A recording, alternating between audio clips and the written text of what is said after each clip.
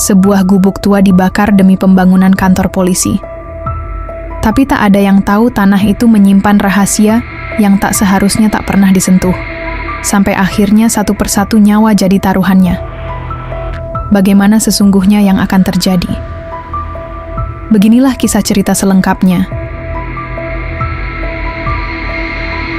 Bribka Arya Wicaksana, polisi dari kota besar yang baru saja dipindah tugaskan ke Polsek Sanggar. Sebelumnya ia bertugas di Satuan Reserse Kriminal Kota Mataram, menghadapi kasus-kasus berat setiap harinya, mulai dari pencurian bersenjata hingga penggelapan korporasi. Namun, setelah 10 tahun mengabdi di kota, ia mengajukan permintaan pindah ke daerah yang lebih tenang. Pimpinan menyetujui, dan akhirnya ia ditempatkan di desa kecil di pinggir pesisir timur Pulau Sumbawa ini. Hari-harinya, di Sanggar jauh berbeda dari kehidupannya dahulu.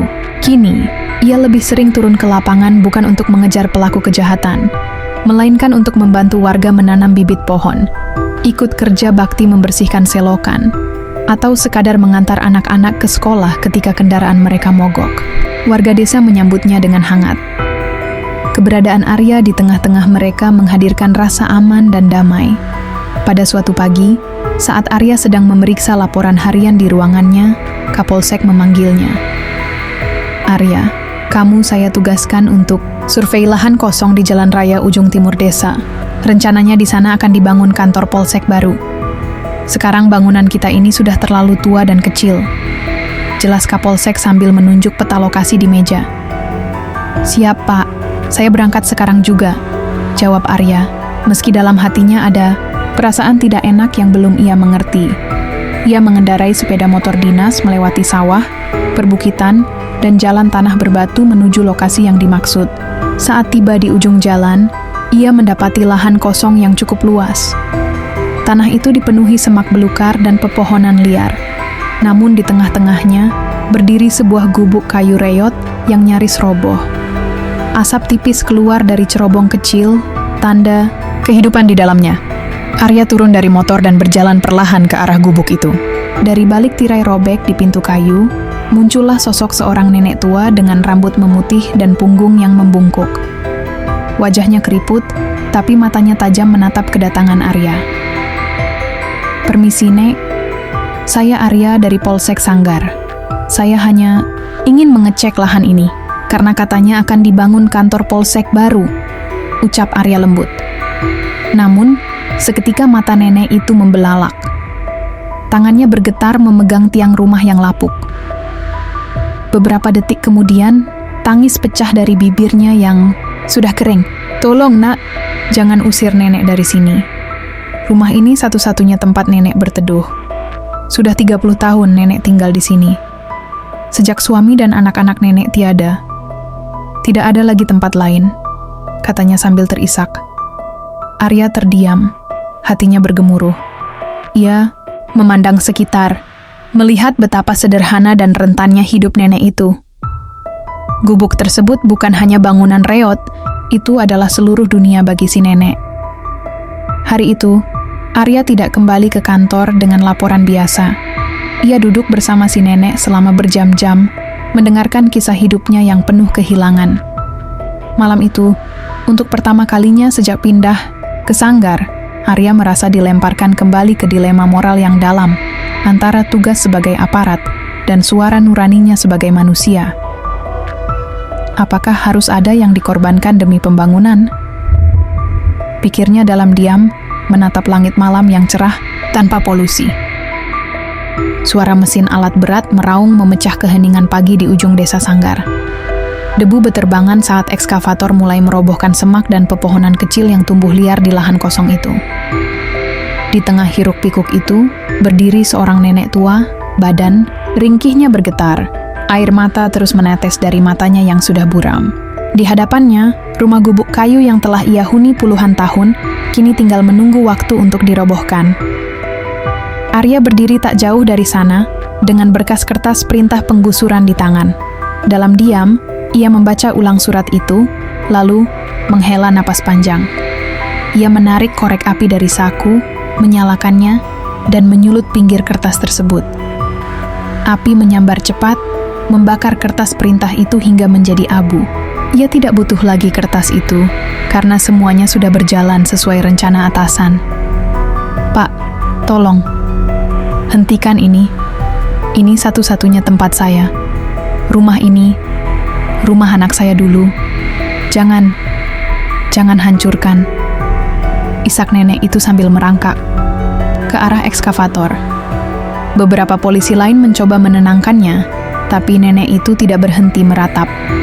Ia bersimpuh di tanah, menggenggam debu dan rumput, seolah ingin mempertahankan rumah itu dengan kekuatan tubuhnya yang renta. Namun Arya tetap diam, tatapannya tajam, tetapi hatinya kosong. Ia berdiri membelakangi nenek itu, mencoba mematikan suara tangis yang menghantui pikirannya. Ia tahu, ini bukan keputusan yang mudah, tapi ia hanya seorang pelaksana. "Maaf, Nek, saya hanya menjalankan perintah. Tanah ini milik negara. Kami hanya mengikuti rencana pembangunan," ucapnya tanpa menoleh. Tangis nenek itu makin menjadi, namun yang aneh, udara tiba-tiba berubah dingin. Angin berhembus keras, dedaunan beterbangan, dan suara mesin ekskavator mulai tersendat-sendat. Operator mesin berteriak dari dalam, panik. "Pak, mesin tiba-tiba mati. Saya sudah coba nyalakan lagi, tapi tidak bisa." Satu persatu alat berat yang ada di sana mengalami hal yang sama. Mesin mogok, panel rusak, bahkan satu alat berat mengeluarkan asap pekat dari kap mesinnya. Para pekerja mulai saling menatap cemas. Di saat yang sama, nenek tua itu perlahan berdiri. Wajahnya berubah, matanya bersinar kehijauan. Napasnya berat namun mantap. Ia menatap Arya lurus-lurus. Suaranya berubah, berat dan bergetar seperti gema yang berasal dari bumi. "Kalian lupa siapa saya. Kalian kira saya hanya wanita tua tak berdaya. Bertahun-tahun saya mengobati anak-anak kalian, mengusir sakit yang tidak bisa disembuhkan dokter, tapi kalian lupa. Karena saya memilih menyepi, kalian anggap saya tak ada." Semua orang terpaku. Bahkan Arya, yang biasa menghadapi bahaya, merasa kakinya berat untuk melangkah, seolah tubuhnya tertahan oleh sesuatu yang tidak kasat mata. Salah satu polisi muda berbisik, "Bukankah ini nenek yang dulu dibilang hilang karena bertapa di gunung, yang katanya bisa menyembuhkan kanker hanya dengan air tangan?" Orang-orang mulai berbisik ketakutan. "Dulu ibu saya disembuhkan olehnya waktu saya masih kecil. Tapi kami pikir dia sudah mati." Nenek itu kemudian menoleh ke rumahnya yang hampir roboh. Ia mendekap tiang kayu rapuh itu dan berkata pelan, tapi tegas, "Kalau rumah ini kalian hancurkan, kalian bukan hanya menghancurkan kayu dan tanah, kalian mengusir jiwa-jiwa yang saya jaga di sini. Tapi ingat, bumi selalu tahu siapa yang serakah dan siapa yang terpaksa." Arya berdiri terpaku. Ada pergolakan dalam dirinya. Seluruh hidupnya sebagai polisi dididik untuk taat perintah. Tapi, hari itu, ia melihat bahwa tidak semua perintah membawa keadilan. Ia melihat seorang nenek yang dihina sebagai lemah, ternyata membawa kekuatan yang lebih besar dari seluruh alat berat dan aparat bersenjata. Di ujung hari, alat berat dibawa kembali ke garasi. Penggusuran dihentikan sementara. Tapi bukan karena belas kasihan, tapi karena takut. Dan malam itu Arya tak bisa tidur. Wajah nenek itu, suaranya, dan tatapan matanya terus membayanginya. Minggu pagi di Polsek Sanggar terasa berbeda. Udara tidak lagi segar seperti biasa. Di ruang kesehatan kecil belakang kantor, 3 orang polisi terbaring lemas, tubuh mereka pucat, dan yang paling mencolok, perut mereka membuncit seperti wanita. Hamil tua Arya berdiri terpaku di depan tempat tidur rekan-rekannya. Polisi yang kemarin berada di lokasi penggusuran. Mereka mengeluh sakit perut parah sejak malam setelah alat berat gagal beroperasi dan penggusuran dihentikan mendadak. Rasanya seperti ada yang hidup di dalam, keluh Bribtu Junaidi sambil memegangi perutnya yang keras dan menggelembung tidak wajar. Dokter puskesmas sudah datang pagi-pagi, memeriksa satu persatu. Mereka diberi obat sakit perut, antibiotik, bahkan disarankan USG, namun hasilnya nihil. Tidak ada penjelasan medis yang masuk akal. Tidak ada kista, tidak ada cairan, tidak ada gas. Hanya ruang kosong, namun perut terus membesar. Ini bukan penyakit biasa, kata sang dokter dengan nada khawatir. Saya sarankan segera minta bantuan, mungkin dari tokoh agama. Kapolsek yang mulai panik akhirnya menyetujui saran itu. Sore harinya, Arya ditugaskan untuk menjemput Kiai Mustafa, seorang tokoh agama disegani dari desa sebelah.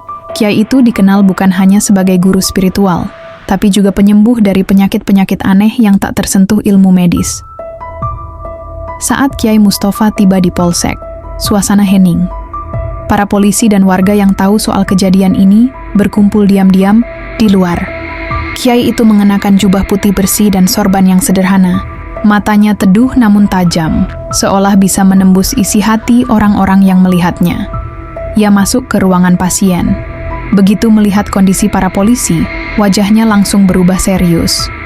Ia meminta semua orang keluar, kecuali Arya. Kiai Mustafa duduk di sisi tempat tidur salah satu pasien, meletakkan tangannya di atas perut yang menggembung, lalu memejamkan mata. Tak lama kemudian, ia mengucapkan kalimat-kalimat zikir dan wirid yang lembut namun dalam. Ruangan itu terasa dingin. Angin seolah berhenti berhembus. Setelah hampir 15 menit dalam keheningan, Kiai Mustafa membuka matanya dan menatap Arya. Ini bukan sakit biasa, Nak Arya. Ini adalah balasan dari tanah yang dilukai, dari ruh yang disakiti. Kalian menggusur rumah yang bukan sekadar rumah. Kalian menyakiti hati seorang penjaga tanah, yang tubuhnya lemah, tapi jiwanya bukan dari dunia ini saja. Arya menunduk, merasa sesak di dadanya. Lalu, apakah ini kutukan? Tanyanya lirih.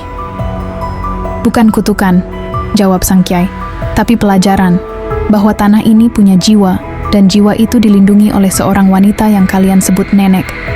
Dia bukan orang sembarangan. Aku tahu siapa dia. Dulu namanya disebut-sebut sebagai penyembuh, penjaga batas antara dunia nyata dan gaib. Tapi ketika manusia jadi tamak dan lupa, dia memilih diam. Kalau begitu, bagaimana menyembuhkan mereka, Kiai? Tanya Arya, setengah gemetar. Kiai Mustafa menghela napas. Kalian harus meminta maaf, langsung kepada sang penjaga. Tidak cukup dengan doa. Harus ada pertobatan dan pengembalian haknya. Malam itu juga, Arya ditemani Kiai Mustafa dan 2 orang lainnya berjalan kaki menuju gubuk reot yang masih berdiri di ujung lahan. Nenek itu sedang duduk di depan rumah, seperti sudah menunggu. Api kecil membakar ranting-ranting di depannya. Wajahnya tenang, tapi sorot matanya tajam seperti batu tua yang sudah melihat segala hal. Arya berlutut, menundukkan kepala. Tangannya gemetar. Nek, saya minta maaf. Saya salah. Saya ikut menghancurkan tempat yang nenek lindungi. Saya ikut menyakiti nenek dan tanah ini. Nenek itu diam beberapa saat, lalu berkata pelan, "Aku tidak butuh penghormatan. Aku hanya ingin kalian tahu bahwa tidak semua hal bisa kalian ukur dengan peta, meteran, dan surat keputusan. Ada yang lebih tua dari negara, lebih dalam dari hukum." Lalu nenek itu berdiri dan berjalan mendekat. Tangannya yang keriput menyentuh bahu Arya. Dalam hitungan detik, angin berhenti. Udara berubah hangat, dan jauh di polsek, perut para polisi yang membuncit mulai mengecil perlahan. Malam itu, Arya menyadari bahwa tidak semua keadilan bisa ditegakkan dengan seragam. Kadang, ia harus mencopotnya dulu dan jadi manusia seutuhnya. Setelah malam pengampunan itu, suasana desa Sanggar berubah. Orang-orang mulai membicarakan kejadian aneh yang menimpa para polisi dengan bisik-bisik khawatir, tapi juga penuh rasa hormat. Mereka tidak lagi melihat nenek itu sebagai sosok lemah. Nama beliau mulai disebut-sebut kembali seperti dulu. Nyai Sarifah. Di kantor polsek, Arya duduk di ruangannya, merenung. Ia menatap seragamnya yang tergantung di balik pintu. Untuk pertama kalinya dalam hidupnya, ia merasa menjadi polisi bukan hanya soal menegakkan aturan, tapi juga mendengar suara yang tak tercatat di berkas atau surat perintah. Keesokan harinya, Arya meminta izin kepada Kapolsek untuk menyelidiki lebih dalam tentang siapa sebenarnya nenek itu. Awalnya sang Kapolsek menolak, khawatir akan muncul cerita mistis yang bisa mempermalukan institusi. Tapi akhirnya ia mengizinkan, dengan syarat tidak ada laporan resmi. Arya mulai berkunjung dari rumah ke rumah, mewawancarai para tetua desa. Dari seorang kakek tua yang sudah lumpuh, ia mendengar kisah lama. Dulu Nyai Sarifah itu anak seorang dukun besar di pegunungan Tambora. Tapi dia menolak warisan itu, memilih hidup di pinggir desa. Dia bisa menyembuhkan orang hanya dengan air. Bahkan binatang yang sekarat pun bisa kembali sehat. Tapi setelah anak dan suaminya meninggal karena diracun dalam perselisihan tanah, dia menghilang. Kami kira dia sudah mati. Seorang ibu paruh, Baya menambahkan, waktu anak saya kejang-kejang malam-malam, saya datang ke gubuknya. Saya sujud-sujud minta tolong. Dia hanya pegang kepala anak saya dan membaca sesuatu. 3 menit kemudian, anak saya bangun seperti tak pernah sakit. Nama Nyai Sarifah ternyata pernah besar, tapi karena ia tak mau dibawa ke kota, tak mau diberi gelar, dan menolak uang atau hadiah, orang-orang mulai melupakan. Ia memilih hidup dengan tanah, menjaga batas antara dunia yang bisa dilihat dan yang tidak. Sore harinya, Arya kembali ke gubuk itu. Nyai Sarifah sedang duduk menumbuk daun-daunan di dalam tempurung kelapa. Ia tidak kaget saat Arya datang. Bahkan seolah sudah tahu. "Kau ingin tahu lebih jauh ya?" katanya pelan. Arya hanya mengangguk. "Tanah ini bukan milik saya, tapi saya dijadikan penjaganya. Karena dulu, sebelum ada kantor, jalan, atau listrik, tempat ini adalah tanah tempat orang terakhir berdoa sebelum meninggal. Ada sumur tua di belakang gubuk ini. Kau belum melihatnya." Arya mengikuti nenek itu ke belakang rumah. Di sana, tersembunyi di balik semak, terdapat sumur batu tua yang tertutup lumut dan akar pohon. Airnya bening, tapi memantulkan cahaya yang berbeda, seperti perak cair. Sumur ini pernah digunakan untuk menyucikan jenazah, untuk membasuh bayi yang lahir cacat, untuk membersihkan tanah dari perjanjian jahat, ucap Nyai Sarifah. "Kalau kau bangun kantor di sini, kau tidak hanya akan menghancurkan sejarah, tapi juga membuka gerbang yang seharusnya tetap tertutup." Malam itu, Arya membuat keputusan. Ia menulis surat panjang kepada atasannya di kabupaten. Dalam surat itu, ia menjelaskan kondisi tanah, keberadaan sumur tua, dan kemungkinan besar lokasi itu termasuk dalam kawasan situs adat tak tercatat. Ia menyarankan pembatalan proyek pembangunan kantor dan pengalihan lokasi ke area yang tidak bersinggungan dengan sejarah spiritual desa. Beberapa minggu kemudian, balasan datang. Proyek resmi dibatalkan. Kantor baru akan dibangun di sebelah utara desa, dekat jalur pantai. Sebuah plang kecil dipasang di depan gubuk Nyai Sarifah, bertuliskan, "Lahan, warisan adat dilarang mengganggu atau mendirikan bangunan." Nyai Sarifah tidak pernah meminta apa-apa. Tapi sejak saat itu, warga desa mulai datang kembali kepadanya. Tidak hanya untuk berobat, tapi untuk belajar. Ia mengajari anak-anak muda tentang tanaman obat, tentang doa-doa kuno, dan cara merawat tanah dengan hati, bukan cangkul. Arya tetap bertugas sebagai polisi, tapi ia sering terlihat duduk di gubuk kecil itu, mendengarkan, belajar. Seragamnya masih rapi, tetapi hatinya kini tahu. Tidak semua keadilan berbentuk pasal. Ada yang hanya bisa dijaga dengan doa dan penghormatan.